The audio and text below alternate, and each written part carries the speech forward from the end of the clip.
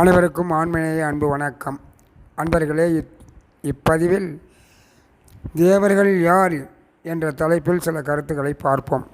நம்மை போன்ற மனித குலத்தவர்களே பக்தி, ஜீவகாருண்யம், ஒழுக்கம், தவம் முதலியவைகள் சிறந்து விளங்கும் போது அவர்கள் பதத்தலைமையை பெற்று சிறப்படைகிறார்கள். இவர்கள் அனைவரும் பசுக்களே அன்றி பதிகள் அல்லர்.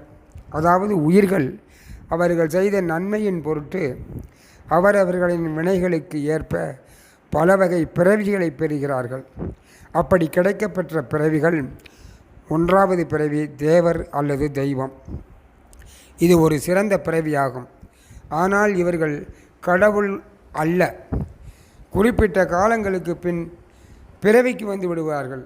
இவர்களுக்கு பிறப்பும் இறப்பும் உண்டு. இங்கே நாம் ஒன்றை புரிந்து கொள்ள வேண்டும்.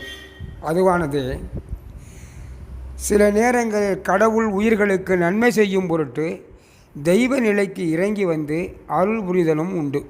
அவ்வாறு வரும் பொழுது முதல் நிலை சம்பு பட்சமாக வருகிறார்கள். அதாவது சம்பு என்றால் சிவன். கடவுளானது தெய்வமாக இறங்கி வந்து பக்குவ உயிரினங்களுக்கு அருள் புரிவதே ஆகும். சில சம்பு பட்சத்தினர்கள் விரைந்து வந்து மின்னல் போல் சில நற்செயல்களை செய்து சொற்களை கூறி விரைந்து மறைந்து விடுவார்கள். 2வது நிலை அனுபட்சம். இவர்கள் பிறவிக்கு வந்தவர்கள். இவர்கள் உலகில் வாழ்ந்து இன்ப துன்பங்களை அனுபவித்து பின் மறைந்து விடுவார்கள். இவர்களும் ஆன்ம பக்குவ நிலையில் உயிர்களுக்கு தேவர்கள் என்றும் சொல்லப்படுவார்கள்.